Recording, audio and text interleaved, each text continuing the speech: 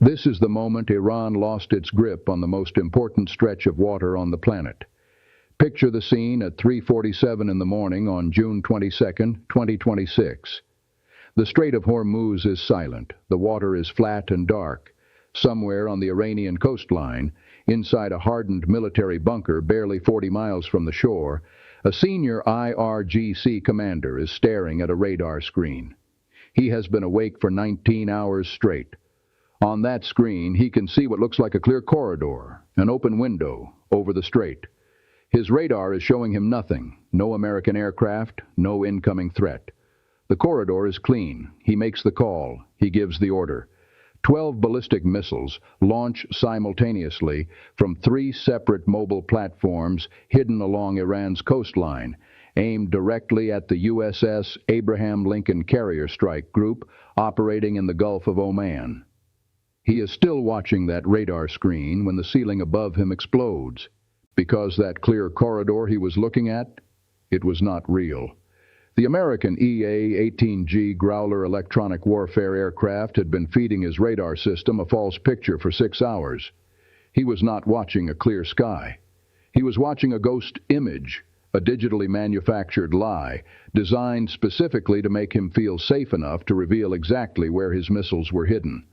The moment those 12 missiles launched, their positions were locked. And within 94 seconds, every single mobile launcher had been destroyed by precision strikes that were already in the air before the first Iranian missile had even cleared its tube. In this deep dive, we are going to show you exactly how America pulled this off, why Iran never saw it coming, what this moment means for the 21 million barrels of oil that flow through this strait every single day, and why military analysts inside Washington are now saying something they have not said in 30 years of watching this region. Tehran is genuinely powerless, and the people in that city who understand what just happened know it. Iran is not just losing a battle, it is losing the ability to fight one. 3 years ago, Iran had a plan. And it was not a crazy plan, it was actually quite smart. The strategy was built around one simple geographic fact. Approximately 20% of all the oil traded on this planet passes through a waterway that is, at its narrowest point, only 21 miles wide. Iran sits on one side of that waterway. If Iran could credibly threaten to close the Strait of Hormuz, or even just make passing through it too dangerous and too expensive, it could hold the entire global economy hostage without firing a single shot at the United States directly. The plan had 3 pillars. First, a massive inventory of cheap drones and ballistic missiles that could be launched faster than any defense system could absorb them. Second, a network of fast attack boats, coastal radar stations, and underground launch tunnels that would give Iran the ability to strike from multiple directions at once. Third, and most importantly, the ability to control the information, to make the world believe that Iran's capabilities were stronger than they actually were, and that American defenses were weaker than they actually were. For a while it worked. Insurance rates for tankers passing through the strait tripled. Several shipping companies quietly rerouted their vessels around Africa rather than risk the transit. Oil prices spiked twice in 18 months just on the fear of what Iran might do. Iran's supreme leadership called it the balance of deterrence. They were proud of it. But the cost was not just financial or diplomatic. By building this strategy around cheap, mass-produced weapons and information warfare, Iran made a gamble. It gambled that America would not figure out a way to defeat volume with precision. It gambled that the psychological pressure of constant threat would eventually force the United States and its Gulf partners to negotiate on Iran's terms. Iran gambled wrong, and the events of June 22, 2026 are the proof. At 9:30 p.m. on June 21, 2026, 6 hours before that IRGC commander gave his launch order, an EA-18G Growler electronic warfare jet took off from the USS Abraham Lincoln and climbed to 28,000 feet over the Gulf of Oman. Its mission was not to fire anything. Its mission was to listen. Within 40 minutes, the Growler had mapped every active Iranian radar station along a 200-mile stretch of coastline. It knew exactly which frequencies they were using, exactly how sensitive they were, and exactly what they could and could not see. Then, with a precision that took engineers 7 years to develop, the Growler began doing something that had never been done in combat at this scale before. It started lying to those radar stations, not jamming them, not going dark, lying to them, feeding them a false radar picture that showed empty sky. From inside those Iranian bunkers, everything looked completely normal, except that the American carrier strike group that had been visible on their screens an hour earlier had apparently moved further south and out of range. The Iranians were not suspicious. This was consistent with American behavior patterns their analysts had been tracking for months. The window looked open, and it was designed to look exactly that way. While this was happening, 34 American aircraft were already in the air in complete radar silence, holding positions in a semicircle around the strait that the Iranian radar network had no idea existed. At 3:47 a.m., the 12 Iranian ballistic missiles launched, and the moment they did, three things happened simultaneously that Iran had no ability to stop, no ability to counter, and no ability to even see coming. The Growler dropped its false feed and hit every Iranian radar station in the region with a blast of electromagnetic jamming so powerful that every screen in every coastal bunker went completely blank in under 3 seconds. The Iranian Coastal Defense Network, the network that was supposed to coordinate the response to any American counterstrike, went deaf and blind at the exact moment it was needed most. At that same moment, 14 APKWS laser-guided rockets, each costing $35,000, were already tracking the heat signatures of the mobile missile launchers that had just revealed their positions. These are not expensive interceptors. These are modified 70mm aircraft rockets with a laser guidance kit bolted on. But against a slow, stationary mobile launcher that just gave away its exact location, they are devastatingly effective.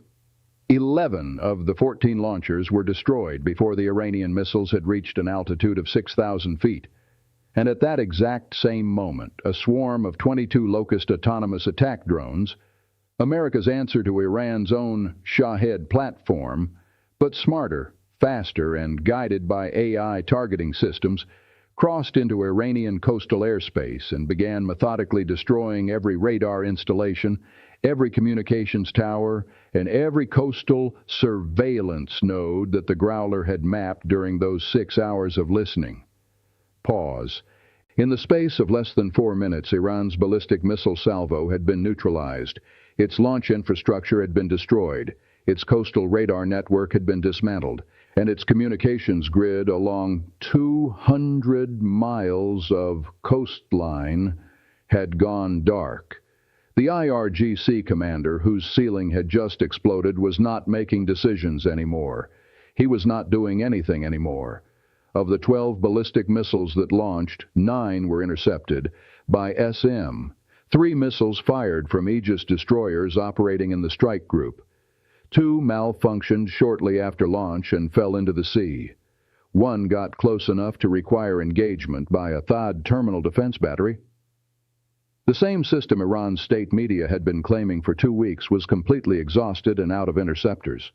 That 1 missile was destroyed at an altitude of 53 miles in the upper atmosphere before it could build terminal velocity. The carrier strike group was untouched. Not a single sailor was harmed.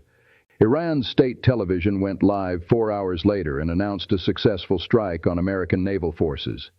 They broadcast what they claimed was footage of a burning vessel in the Gulf of Oman. By the time CENTCOM released its operational summary at 8 a.m., showing satellite imagery of the intact carrier strike group and the destroyed Iranian launch sites, Iran's own Arabic language channel had already quietly taken that footage down. According to multiple senior defense officials who spoke with reporters in Washington in the 48 hours following the strikes, the operation on June 22nd did not happen by accident.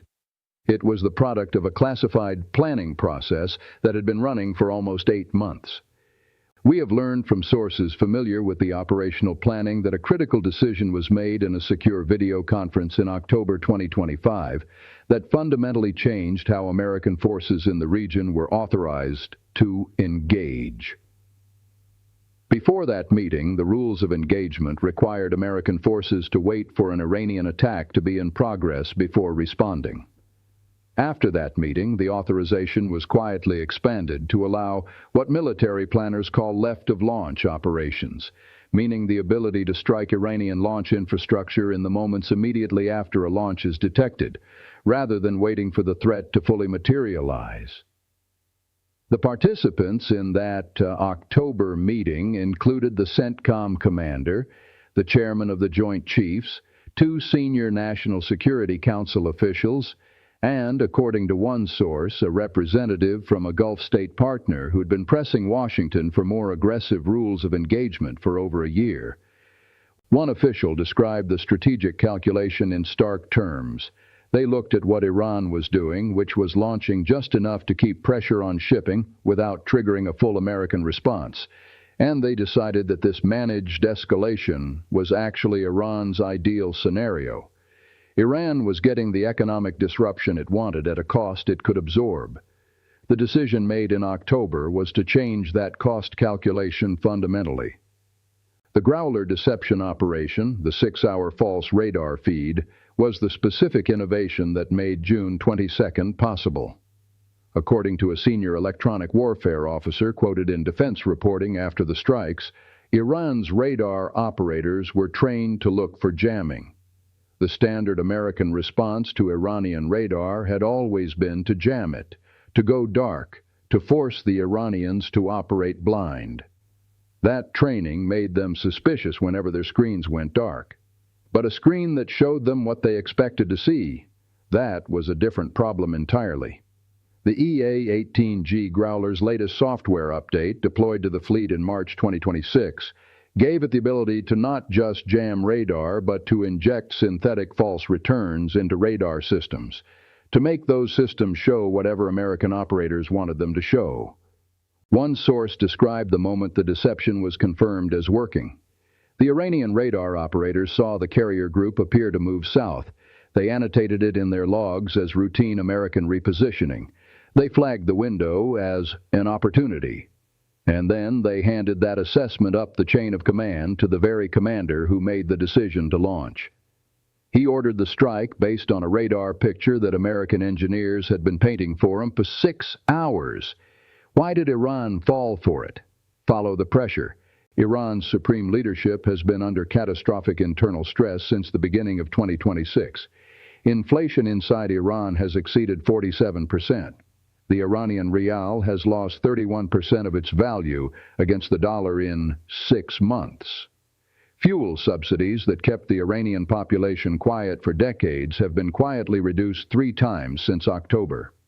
In February, protests erupted in Isfahan, Mashhad, and Tabriz simultaneously, the first time 3 major cities had seen coordinated unrest since 2019.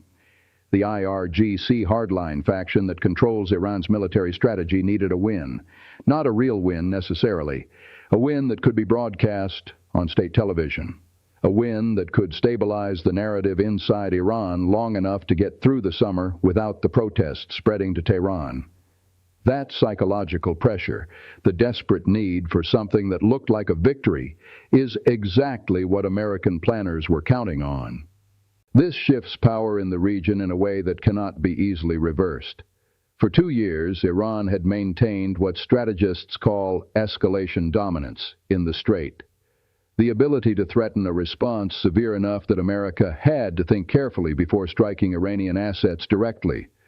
That dominance was based on 2 assumptions: that Iran could absorb American strikes and keep fighting, and that Iran could see American moves before they happen. Both of those assumptions are now broken.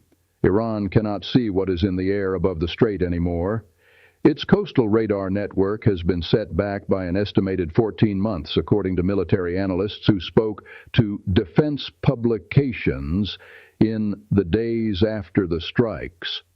and its ballistic missile mobile launcher fleet, the fleet it spent years and billions of dollars building precisely because mobile launchers are harder to target than fixed sites, has just been demonstrated to be acutely vulnerable the moment a single launcher fires and gives away its position. The legal and political ramifications are also significant. 3 Gulf state governments have now publicly called on Iran to return to the negotiating table with what one foreign minister described as conditions that reflect the current military reality. That is diplomatic language for you lost and everyone can see it.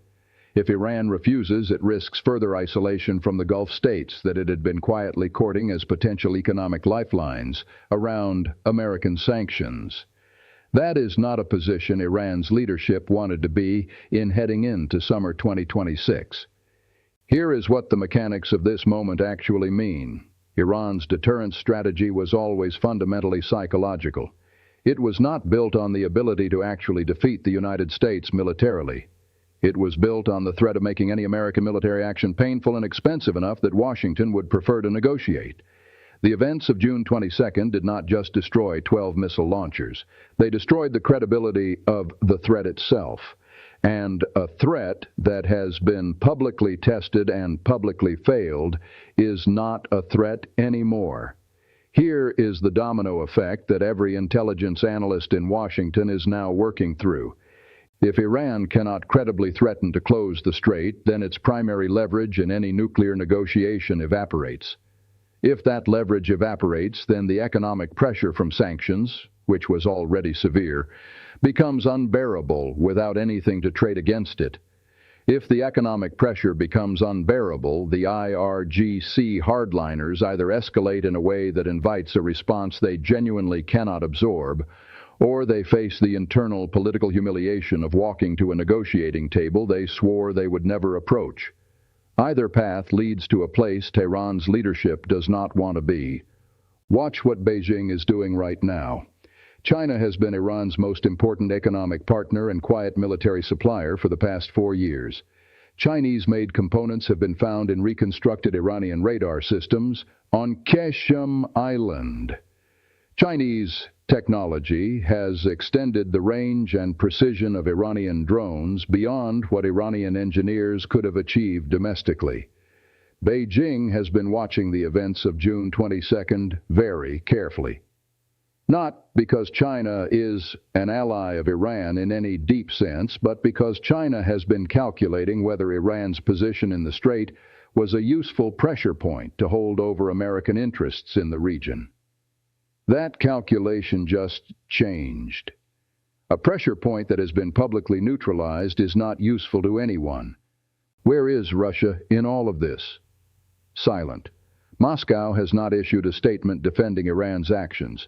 It has not condemned the American strikes. Russian state media ran a brief flat report and moved on. That silence is itself a message.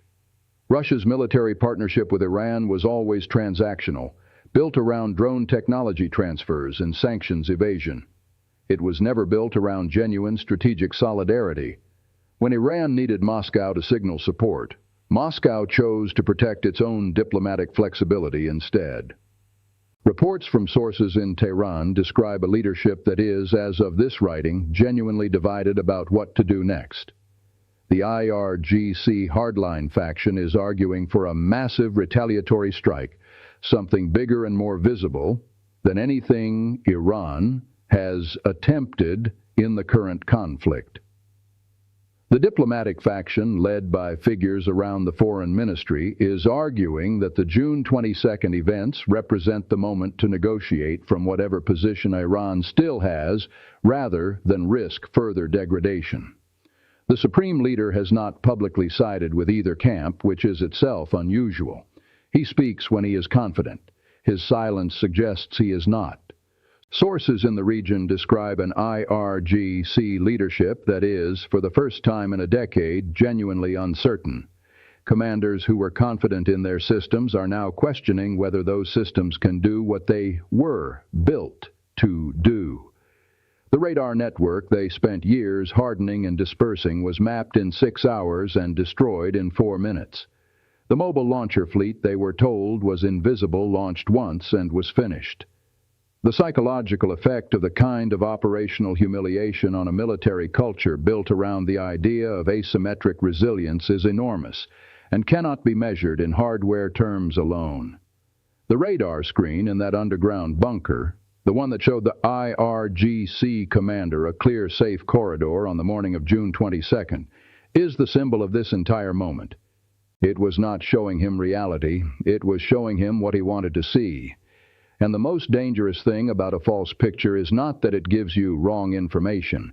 It is that it gives you enough confidence to act on that wrong information. Iran's military strategy for the past 3 years has been built on a false picture in a deeper sense than just that one radar screen. It was built on the belief that technological volume, enough drones, enough missiles, enough launch sites, could compensate for the qualitative gap between Iranian military systems and American ones. That belief is now on the floor of a destroyed bunker somewhere on the Iranian coastline. You can control a narrative on state television. You cannot control the operational record. You can broadcast a victory announcement at 7 a.m. You cannot change the satellite images that show your launch sites as smoking craters by 8 a.m. So, where are we right now? Iran's coastal radar network along the strait is, according to independent military analysts, operating at roughly 23% of its pre-June 22nd capability. Its mobile ballistic missile launcher fleet has been reduced by an estimated 60% in operational terms, accounting for both destroyed assets and launchers that have been moved deep inland and are no longer in range of strait operations. Its communications infrastructure along the southern coastline is being rebuilt for the third time in 8 months, using components that take longer to source each time because each rebuilding cycle is preceded by American intelligence mapping of the supply routes. The IRGC officer who commanded the June 22nd operation is no longer in that role. As we head into the summer of 2026, expect Iran to attempt at least one major information operation, a significant media event designed to restore domestic confidence in the IRGC's capabilities. It may involve a missile test in a location chosen for television purposes rather than strategic ones. It may involve a show of naval force in the strait itself. Iran's leadership knows that the domestic audience matters as much as the international. Possibly more. The protests in Isfahan did not go away after June 22nd. They got quieter for a week and then resumed. Iran might try to accelerate its nuclear timeline as the one remaining card that commands genuine international attention. It could attempt to leverage its relationship with non-state partners in the region to create pressure on American assets in a way that is harder to attribute directly. It might even try to open a quiet back channel to Washington through a third party, something that would have been politically impossible to admit 6 months ago, but that the events of June 22nd have made strategically rational. But what cannot be undone is this. The credibility of Iran's deterrence in the Strait of Hormuz has been publicly broken in front of every government that has a stake in that waterway. That credibility took years to build. It was based on a track record of demonstrated capability and demonstrated willingness to use it. Both have now been publicly tested and found inadequate. When Gulf state governments look at Iran across the negotiating table in the months ahead, they will be looking at a country whose most important strategic asset, the ability to threaten the world's most critical oil transit route, has just been demonstrated to be a performance rather than a capability. The Growler is still flying. The Locust drones are still hunting targets along the coastline. The THAAD that Iran declared was exhausted intercepted a missile at 53 miles altitude and kept going. The carrier strike group is still in the Gulf of Oman, and Iran is still trying to explain to its own population why the radar screen that looked so clear at 3:47 in the morning went dark 4 minutes later and has not fully come back on since. 120 days of this conflict has not closed the Strait of Hormuz. It has not started a wider regional war. What it has done is answer a question that strategists have been debating for a decade. When America stops managing Iran's deterrence and starts systematically dismantling it, how long does that deterrence actually last? The answer, as of June 22, 2026, is 4 minutes. Subscribe. We are monitoring the diplomatic back-channel signals that have started moving in the 72 hours since these strikes. If a quiet negotiation opens, we will break it down the moment it becomes visible.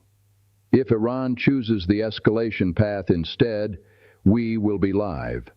This is the turning point that every analyst in this region has been watching for. Stay close. Watch carefully. The next move from Tehran will tell us everything about whether what just happened was the beginning of the end of this conflict or the moment that made it something far more dangerous.